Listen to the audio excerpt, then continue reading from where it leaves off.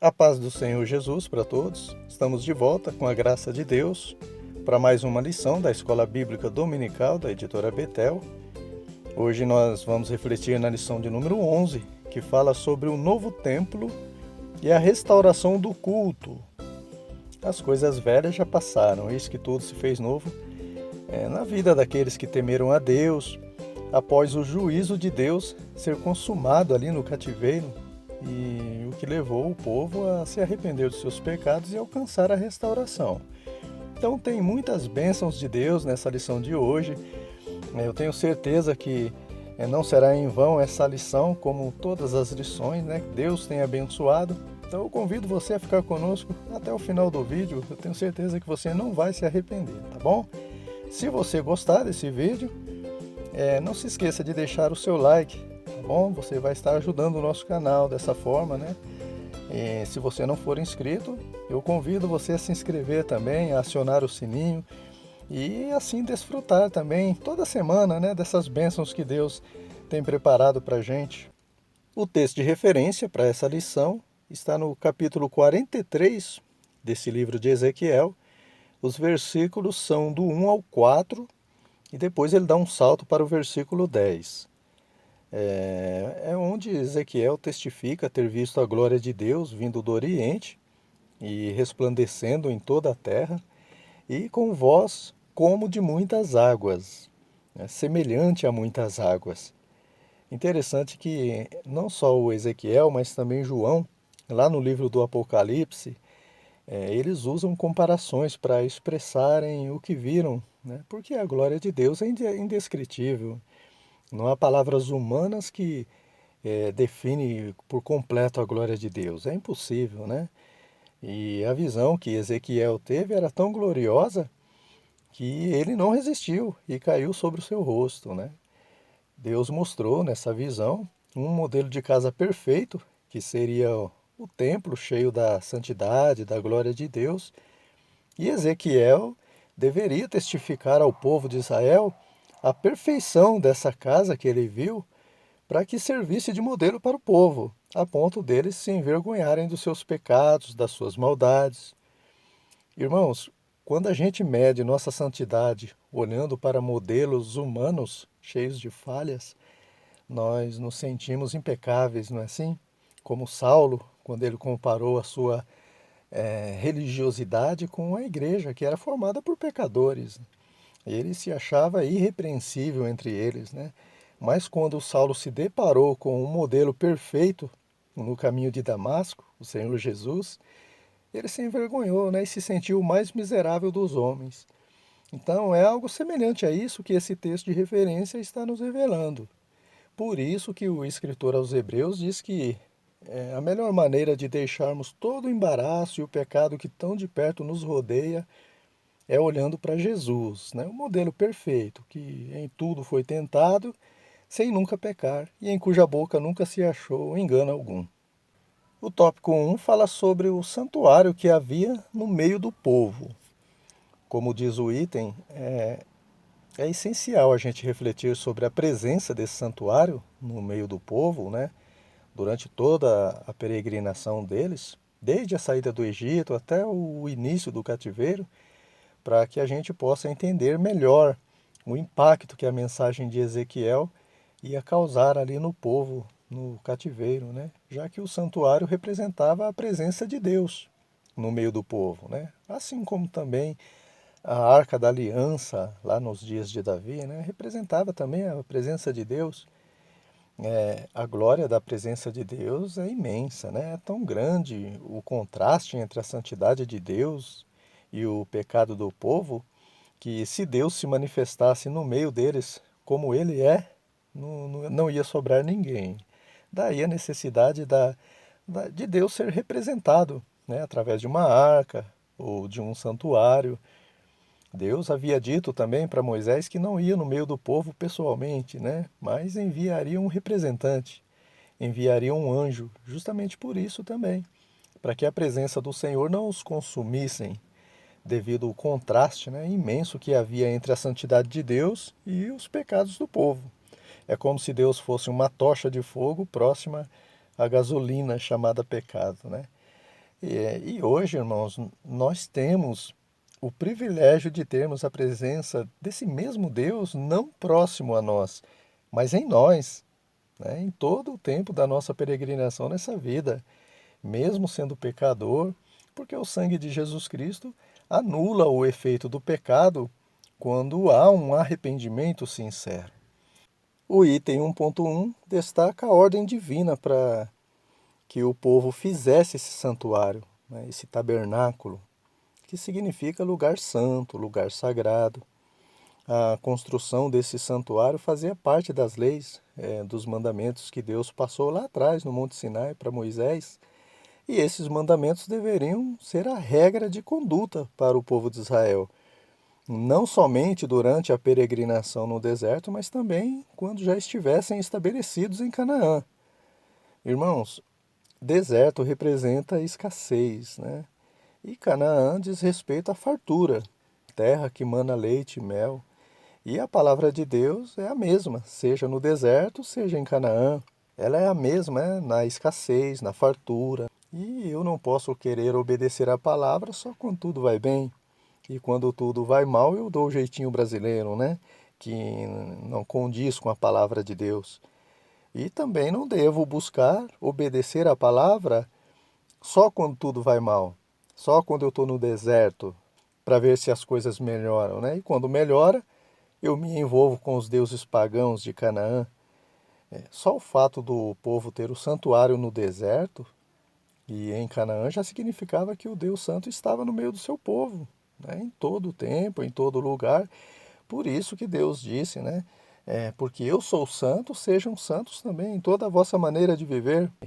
Porque a santidade de Deus não compactua, né, com o pecado, não tolera o pecado.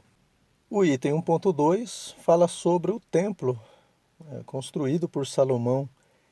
Num primeiro momento, Davi seria o construtor, né, do templo. Ele até fez todo o projeto, toda a preparação, mas por ele ter derramado sangue em excesso, Deus proibiu Davi de construir o templo, né, dando essa missão, essa honra para Salomão, o filho de Davi, né? Irmãos, guerrear contra os inimigos tinha a aprovação de Deus. Só que Davi extrapolava, né, os limites dessa permissão de Deus e perdeu a bênção. E assim que Salomão concluiu o templo, ele orou consagrando ao Senhor. E assim como no tabernáculo, na época de Moisés, a glória de Deus desceu naquele lugar e encheu a casa do Senhor, né? Só que Deus advertiu: não se desviem dos meus preceitos, dos meus mandamentos, para não perderem a bênção, né? Para que vocês não sejam tirados de Canaã e para que o templo não seja destruído. E se os irmãos observarem bem, nesse trimestre nós estamos estudando sobre um povo que foi tirado de Canaã e que teve o templo destruído. Ou seja, o povo não deu ouvidos à palavra de Deus, né? Jesus, irmãos, citou esse mesmo princípio da obediência, só que em outras palavras, né? Para aquele paralítico que foi curado lá no tanque de Betesda, né? Vai e não peques mais, para que não te sucedas algo pior. Então, irmãos, a obediência à palavra de Deus é um dos princípios bíblicos, né? Conosco também não é diferente. Quando alguém é limpo pela palavra de Deus, a Bíblia diz que o espírito imundo sai daquela pessoa e dá lugar ao Espírito Santo, né? Mas se nós vivermos inclinando para a carne e não para o espírito, nós vamos extinguir, né? Apagar aos poucos o brilho do Espírito Santo. Então o espírito imundo volta. Aí acha a casa vazia, adornada, que é o coração do homem, e traz consigo outros 7 espíritos piores do que ele. E o último estado desse homem é pior do que o primeiro. Claro que isso não significa que, se andarmos na obediência, nós não seremos afligidos. Seremos sim, né? Atingidos pelos rios, pelas chuvas, pelos ventos, pelos problemas. Mas aquele que tem sua casa edificada sobre a rocha, sobre a obediência à palavra de Deus, essa casa, chamada vida espiritual, não vai cair. O item 1.3 fala sobre a destruição do templo. queimaram a casa de Deus, né? Nos tempos que antecederam a destruição do templo, Jeremias já havia advertido o povo, né, quanto à adoração ritualista, né, voltada ao templo. O povo achava que a glória de Deus encheu o templo devido à magnificência, né, à beleza do templo, e que Deus não ia permitir que esse templo fosse destruído jamais, né? Ou seja, em outras palavras, eles estavam idolatrando o templo, porque Deus disse no segundo livro de Crônicas, né, capítulo 7, versículo 16, que ele escolheu o templo, sim, né, e o santificou para que seu nome, né, o nome de Deus, estivesse ali no templo perpetuamente, né, e que os olhos e o coração de Deus estariam fixos no templo todos os dias, né? Mas Deus disse isso não pela beleza do templo, mas pelo que havia no templo, que era uma consagração a Deus através da oração e da adoração de Salomão. Por isso, irmãos, que Deus advertiu o povo depois, lá na frente, né, através de Estevão, que ele não habita em templos feitos por mãos de homens, mas em templos feitos pelas mãos de Deus, né? Que são os verdadeiros adoradores que adoram o Pai em espírito e em verdade. É esse o templo que Deus habita. Irmãos, eu já vi pessoas sendo o primeiro a chegar na igreja a dizer, né? Quando eu cheguei aqui, meu Senhor já estava, parecendo a letra daquele louvor que tem por aí, né? Irmãos, a gente tem que tomar cuidado, né, com as letras de alguns louvores, né? Ainda que Deus seja realmente onipresente, Ele está em todo lugar, não faz sentido, irmãos, Deus estar presente num templo de pedra vazio, né? Deus está no templo a partir do momento que entrou o primeiro crente na igreja. Aí sim, o segundo crente, né, o segundo, ele pode dizer, quando eu cheguei aqui, meu Senhor já estava, porque Deus já chegou junto, né, com o primeiro crente naquela igreja. O fato é que nós não devemos ficar impressionados, né? Não devemos ficar maravilhados com estrutura, com beleza de templo de pedra, como os discípulos de Jesus, que também estavam se deixando ser levados por isso, né? E foram também advertidos pelo Senhor. Agora, é claro que eu não estou dizendo que é pecado ter templos grandes e bonitos, né? Não, não é nada disso. Pecado é ter o coração no templo, ou o templo no coração, tirando a primazia de Deus, né? Pecado é achar que Deus está ou se manifesta mais em templos grandes e bonitos e não se manifesta na sinagoga da esquina de uma vila, né? Isso é pecado, irmãos. Deus está onde há os verdadeiros adoradores, arrependidos dos seus pecados e convertidos, né? Seja em templos grandes ou em um ponto de pregação. Vamos para o tópico 2, que vai mostrar a visão do novo templo, onde a glória do último templo, né, ou da última casa, será maior que a da primeira. O profeta Ageu, né, contemporâneo de Zacarias após o exílio, deixou registrado essa célebre frase, né? Interessante que as gerações passadas estavam num extremo de idolatrar o templo e os descendentes deles, né, foram para outro extremo. Desvalorizavam a casa de Deus, o templo, a ponto de dar prioridades às suas próprias casas, né? E Deus também repreendeu o povo por isso, né, através do profeta Ageu.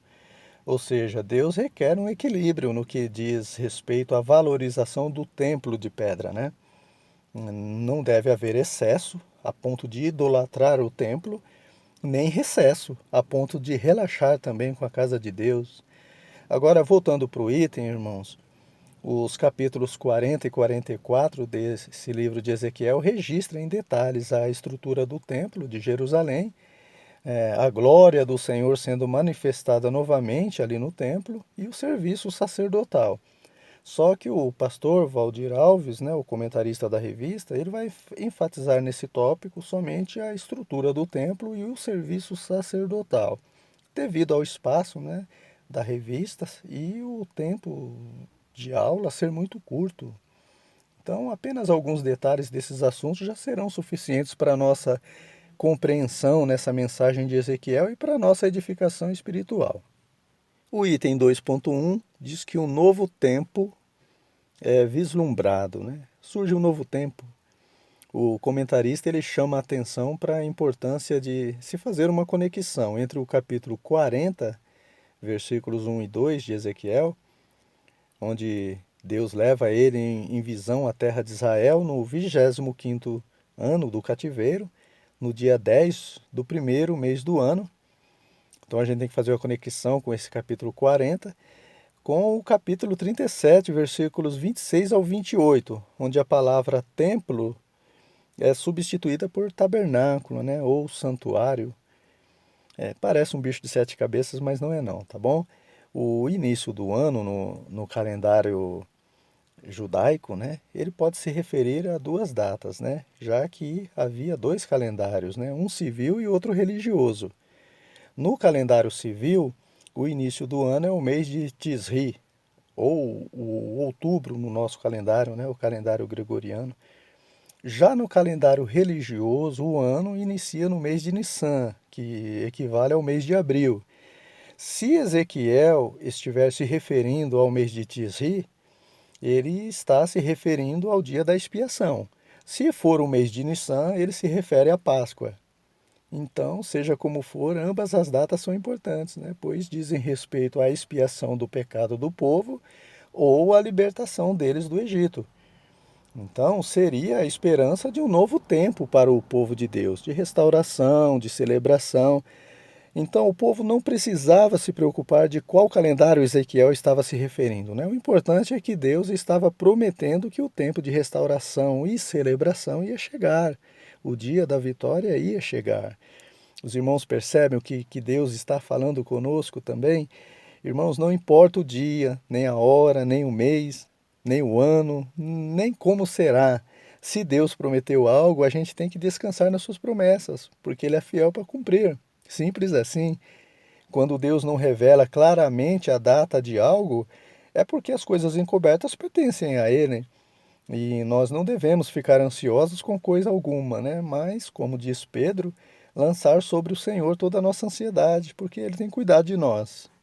Já o item 2.2 fala sobre a lei do templo, né? No início da visão, Ezequiel recebeu a ordem divina para estar bem atento às revelações que Deus ia mostrar para ele, né? A fim de que ele anunciasse tudo ao povo de Israel.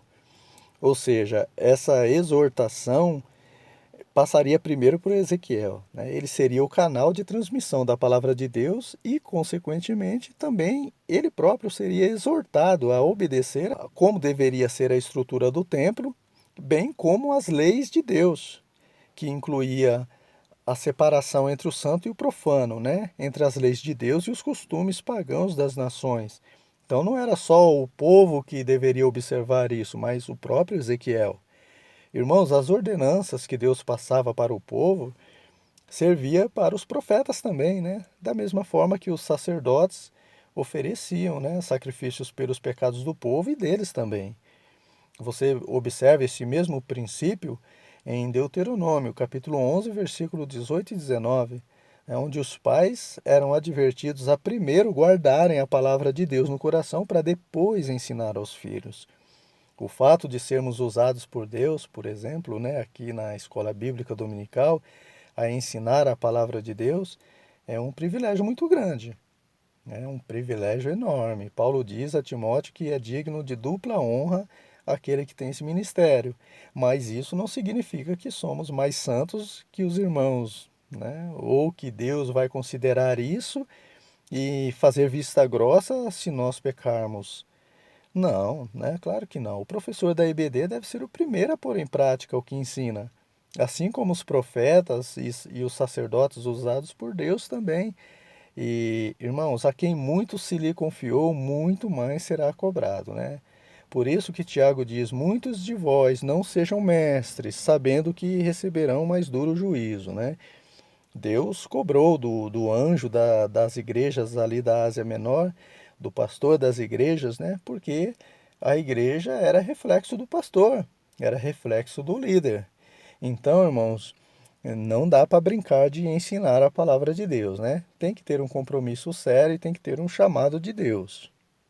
O item 2.3 aborda algumas revelações sobre o exercício sacerdotal no templo. Na verdade, são várias as instruções referentes à atuação dos sacerdotes e levitas, né, nas ofertas, nos sacrifícios. Então, o item diz que antes da estrutura física do templo ser destruída, né, os responsáveis pelo templo, pelos serviços ali, já haviam se corrompido. Ou seja, o exterior só refletia o que havia no interior. No que diz respeito ao templo do Espírito Santo, que é o nosso corpo, não é diferente, irmãos, né? Quando uma pessoa expõe seu corpo à sensualidade, ele está entregando o corpo à prostituição visual, que já é reflexo do que há no interior da pessoa. Não tem como a pessoa dizer que tem um coração voltado para Deus e estar expondo o seu corpo e ainda usar como argumento que Deus só quer o coração. Jesus, ele disse, né, que do interior do coração procedem, entre tantos outros males, os adultérios, as imoralidades, né? Por isso que Salomão também nos adverte, lá no livro de Provérbios, capítulo 4, versículo 23. Sobre tudo que se deve guardar, guarda o coração, porque dele procede as fontes da vida. Caminhando para o tópico 3, nós vamos ver agora alguns avisos e ensinos que devem ser aplicados na igreja, né? Concernentes às coisas inanimadas, né? As coisas sem vida. Não só o templo de pedra, mas os objetos do templo também, que são consagrados ao Senhor. Paulo disse que tudo que antes foi escrito é para o nosso ensino, né? E o que é que todo esse cuidado de Deus com o templo, cada medida, cada detalhe, o que é que tudo isso nos ensina, irmãos? Que nós devemos fazer tudo com ordem e decência na casa de Deus também, ainda que seja um templo de pedra, né? Nós devemos cuidar, zelar pela casa de Deus. Jesus, ele derrubou as mesas dos cambistas que usavam a casa de Deus para extorquirem o povo, né? Comercializando animais para os sacrifícios pelo pecado do povo. Ele disse, né? Não façam da casa de meu pai casa de vendas. A minha casa será chamada casa de oração, e vocês estão convertendo ela em covis de ladrões. O salmista também disse, lá no Salmo 69, versículo 9, o zelo pela casa de Deus me devorará. Talvez alguém diga, né, mas irmão, não é só um templo de pedra? Sim, é só um templo de pedra, mas enquanto for consagrado a Deus e os objetos ali consagrados a Deus, nós devemos zelar por tudo isso. Nós devemos zelar pelo templo de Deus e pelo que há nele. Da mesma forma que o nosso corpo é pó e para o pó tornará, mas, por enquanto, é templo do Espírito Santo e ele deve ser conservado e irrepreensível para o dia do Senhor. E esse zelo, irmãos, não diz respeito somente ao templo, né, mas a tudo que há no templo e que foi consagrado a Deus. Eu não devo fazer uso dos objetos do templo em meu benefício próprio, né? São para uso exclusivo da obra de Deus, né? Não foi para isso que eles foram consagrados? Não foram consagrados a Deus? Né? Como justificar também, irmãos, bancos da igreja, muitas vezes riscados, chicletes colados embaixo do banco, misericórdia, né? Talvez alguém diga, irmão, mas isso é criança faz isso, criança não tem juízo. Pode ser, né? Talvez seja criança mesmo. Mesmo assim, né? Onde estão os pais para ensinarem os filhos quanto ao zelo na casa do Senhor? O item 3.1 apresenta Jesus como o sumo sacerdote. Diferentemente dos sacerdotes do Antigo Testamento, que eram falhos, pecadores, Jesus, o nosso sumo sacerdote, é impecável, é perpétuo, é eterno e único mediador entre Deus e o homem na nova aliança. E todos os que estão ligados pela fé em Cristo também são considerados por Deus como geração eleita, sacerdócio real, nação santa, povo escolhido para anunciar as grandezas daquele que nos chamou das trevas para a sua maravilhosa luz. Por isso que Davi disse, ai daquele que tocar no ungido de Deus. Deus disse que aquele que tocar no servo dele, toca na menina dos seus olhos, né? Irmãos, a Arca da Aliança, ela era feita de madeira e revestida de ouro, não é isso? Ou seja, materiais perecíveis. Só que dentro dela tinha os estatutos de Deus, a palavra de Deus, tinha o maná, que era o pão que desceu do céu, e a vara de Arão, através da qual Deus operou seu poder ali no Egito diante de Faraó. Então, a Bíblia diz que um certo homem chamado Uzá, Ele tocou na arca de qualquer jeito, imprudentemente, e por isso ele foi morto ali mesmo.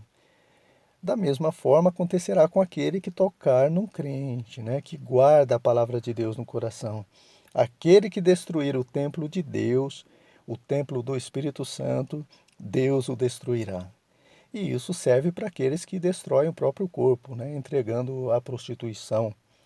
Paulo adverte: todo pecado que o homem comete é fora do corpo, mas o que se prostitui peca contra o próprio corpo.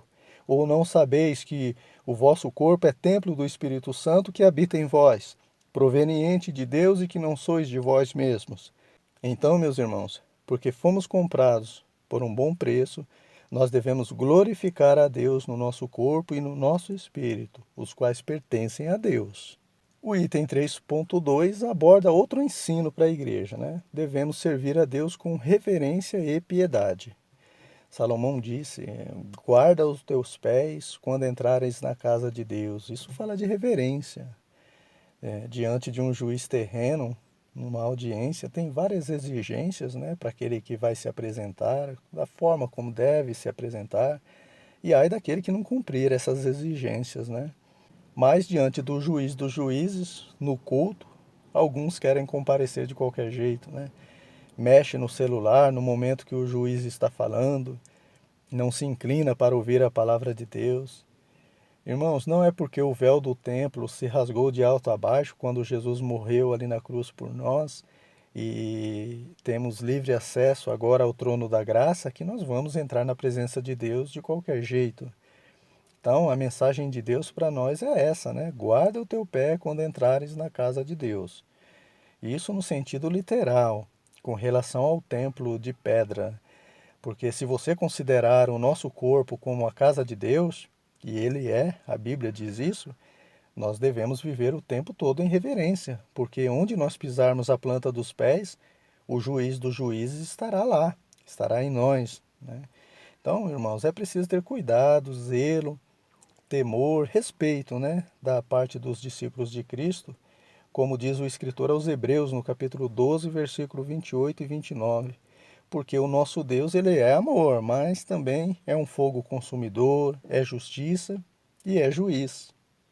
E aqueles que seguem essas orientações, com certeza, estarão cumprindo bem o seu ministério, né? Que é o dever de cada um de nós, né? Como diz o último item, o 3.3, e conforme Paulo diz também, tanto a Timóteo quanto a Arquipas, né, da igreja de Colossos, cumpra o teu ministério. Paulo diz isso a Timóteo. Depois, para Arquipas, Paulo diz, né, atenta para o ministério que recebeste do Senhor, para que o cumpras. No Antigo Testamento, os levitas e os sacerdotes tinham seus ministérios específicos e eles eram instruídos por Deus na maneira de como deveriam se vestir, se comportar, né, com atenção, observando as diretrizes divinas da palavra de Deus. No Novo Testamento, irmãos, hoje, os obreiros, né, e aqui inclui professor de escola bíblica dominical também, deve se comportar da mesma forma, atentando para as orientações bíblicas, porque Deus é o mesmo e a palavra de Deus também é a mesma. Se o nosso ministério é ensinar, deve haver dedicação no ensino, no preparo da lição, para oferecer um alimento espiritual saudável para a igreja de Deus. E não só isso, mas que haja também um cuidado da maneira como nós vamos nos apresentar diante dos irmãos e viver o que se ensina também. O ensino na prática é tão importante, ou talvez até mais, do que o ensino teórico. Amém, meus irmãos? Chegamos ao final de mais uma lição.